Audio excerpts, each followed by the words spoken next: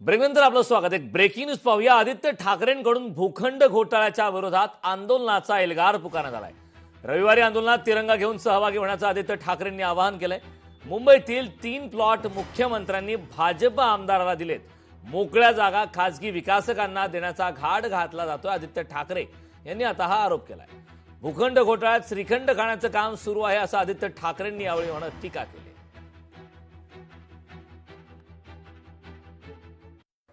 आम्ही कोर्टात तर गेलोय, कोर्टाचा निर्णय अपेक्षित आहे, पण लोकांचं तर लक्ष आहेच.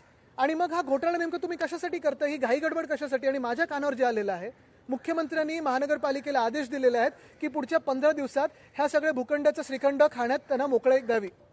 तर 2 प्लॉट्स म्हाडाचे हे देखील तसेच घेतलेले आहेत.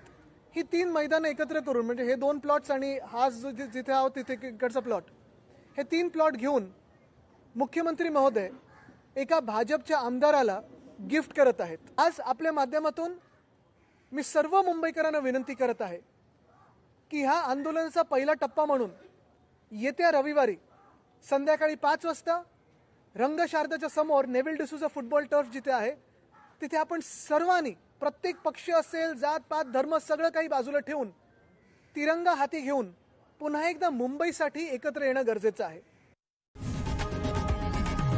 लोकशाही मराठी ऐका, पहा, जागरूक रहा.